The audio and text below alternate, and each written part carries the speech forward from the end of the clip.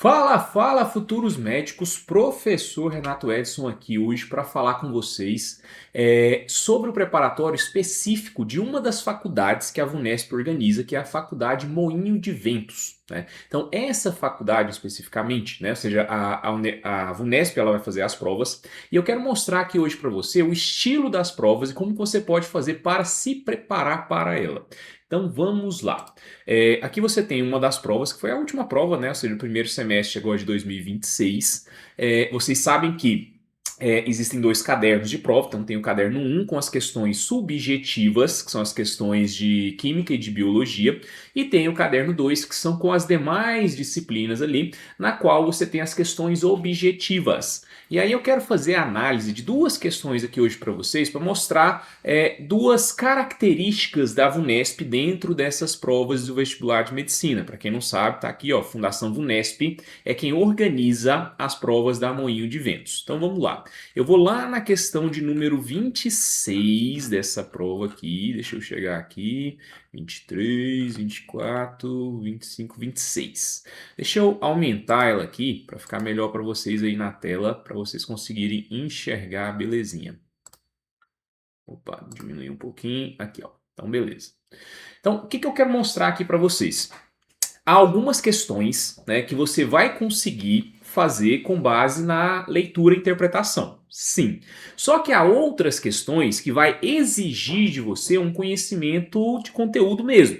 Então a VUNESP ela vai meio que alternando. Então ela põe algumas questões um pouco mais interpretativas, algumas questões um pouco mais diretas, um pouco mais objetivas. Então eu vou te mostrar uma aqui que se você não tiver base, se você não tiver conteúdo, você não consegue fazer, tá? Então dá uma olhadinha aqui, ó. Aqui vai falar o texto para vocês assim, ó. Não há necessidade de sublinhar a importância dos vínculos de parentesco na sociedade chamada feudal.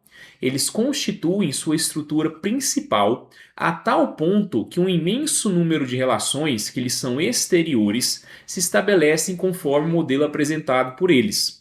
É o caso de todas as fraternidades artificiais, estáveis ou fugazes, que reúnem homens estranhos pelo sangue. Então ele está falando aqui, ó, de relações artificiais, ou seja, relações que não são de parentesco.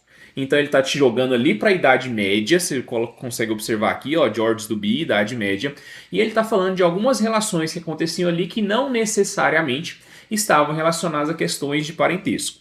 E aí ele vem e fala, ó, no excerto, fraternidades artificiais é um elemento da relação entre comerciantes e industriais. Aqui eu já posso eliminar, né? Por quê? Porque eu falo aqui de comerciantes e industriais. Então, industriais, por exemplo, Idade Média, já não pegou muito, né? Comerciantes, a gente sabe que durante o período da Alta Idade Média, o apogeu ali do período feudal, o comércio também ele era um pouco mais diminuto, né? Então aqui já pegou ali, já dá para você tirar, acho que com uma certa tranquilidade. Aí depois vem para suzeranos e vassalos. Não sei muito bem, eu acho que eu lembro de ouvir isso, mas não lembro muito bem, eu vou deixar a letra B.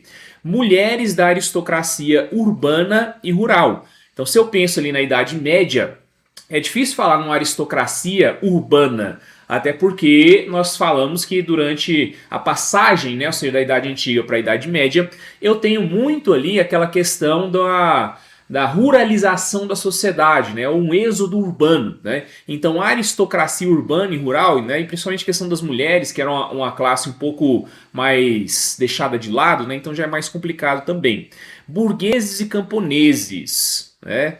Vou deixar aqui também, e servos e senhores feudais eu vou deixar aqui também. Então a letra A e a letra C eu acho que está muito claro que são possibilidades de cortar mesmo, ali de cara. As outras eu já fico um pouco mais na dúvida, né? Então quando eu penso em burgueses e camponeses, também acho que talvez a D ela também seja mais fácil de tirar ali, porque eu tô falando aqui de burguesia, a burguesia vai ficar mais forte na baixa Idade Média, né? Ou seja, então acho que dá para tirar. Então acho que a dúvida maior seria entre a letra B, suzeranos e vassalos, e a letra E, servos e senhores feudais. Então o que eu tenho que observar?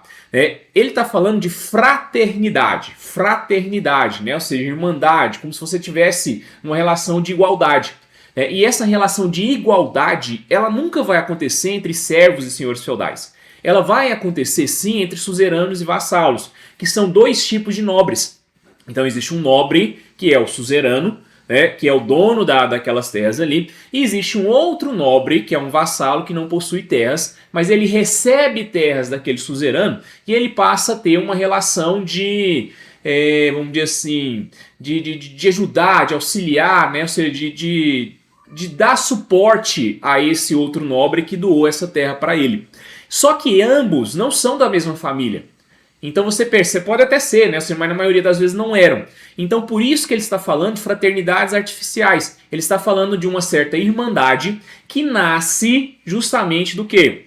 De uma associação de interesses e não por uma questão relacionada, por exemplo, à questão de sangue, né? Ou seja, eles não são parentes, né? Ou seja, mas eles se associam porque seria interessante para eles. Né? Aí vem o grande ponto que eu queria falar aqui com vocês, né? Que você vai pensar assim, tá, Renato, mas não daria para eu chegar nessa resposta apenas pela interpretação? Na minha visão, não. Né? Você precisava sim entender o que é um suzerano, o que é um vassalo, como que é essa relação entre eles, como que é a relação entre o servo, como que é a relação entre o senhor feudal. Até daria para cortar, como eu falei para vocês ali, algumas letras, né? Não na pura interpretação, mas um pouco do conteúdo ali. Mas para chegar na resposta, você realmente precisava ter um conteúdo mais aprofundado, que é o caso aqui dessa questão, tá certo? Então essa questão aqui você precisava do quê? Do conteúdo, né? E aí quando eu penso em conteúdo, né? Se eu vou lá, deixa eu colocar aqui rapidinho para vocês darem uma olhada aqui na nossa plataforma. Deixa eu colocar aqui para vocês. Aqui.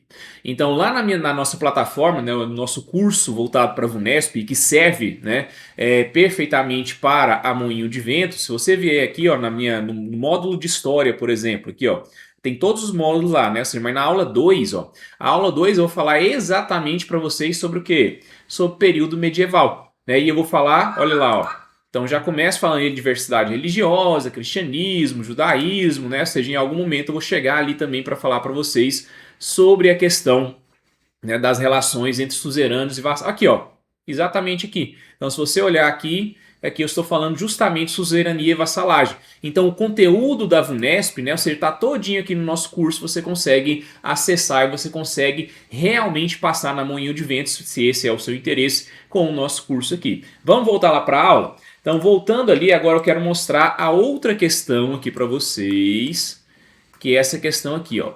Questão de número 27. Então, a questão 27, né, ela vai falar assim, ó. Não se dançava na África apenas pela alegria do convívio.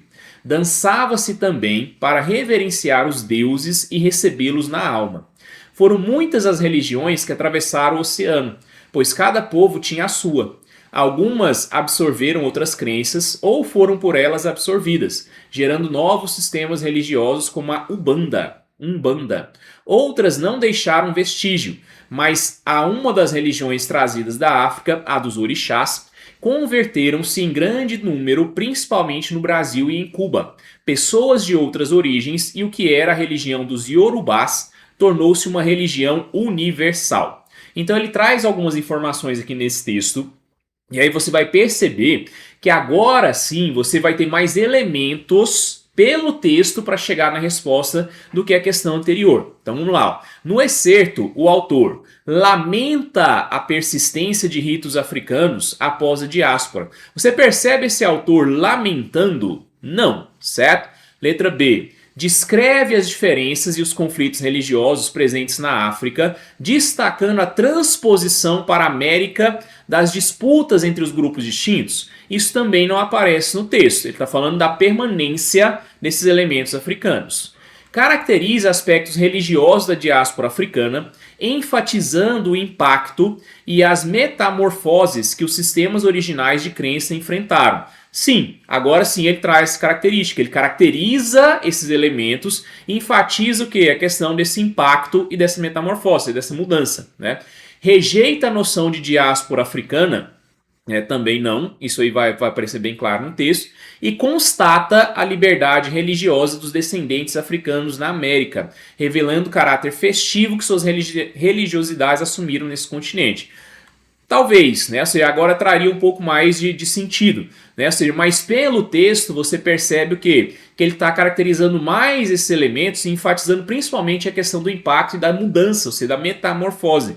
Então a letra C e a letra E te gerariam uma dúvida, mas fica muito claro aqui pra gente que a correta pelo texto seria a letra C, certo? Aqui, precisaria de conteúdo? Ajuda. Né, ajuda a entender isso aqui também. Mas dá para chegar um pouco na interpretação. Então o que eu quero que você entenda, né, ou seja, o que eu quero que fique aqui na sua cabeça, né, é que dá para chegar às vezes pela interpretação, mas muitas vezes você vai precisar do conteúdo. E para quem precisa do conteúdo, né, nós temos um curso que é voltado 100% para a VUNESP. Todos os conteúdos que a VUNESP cobra, todos os exercícios, né, o estilo que a VUNESP cobra, tanto questões discursivas, né, de biologia, de química, a redação, tudo que você precisa para passar numa prova elaborada para a VUNESP. Como é o caso da Moinha de Ventos, está nesse curso aqui. Você pode vir aqui, tem um link aqui na descrição, você pode observar ali como que é o nosso curso, nossa plataforma, inclusive está num preço muito bom. Tá muito barato mesmo, né? Ou pode chamar a gente também no WhatsApp que a gente vai ajudá-lo. Quer passar na Moinho de Ventos ou qualquer faculdade organizada pela VUNESP, vem com a gente que a sua aprovação é garantida. Muito obrigado, nos vemos no próximo vídeo.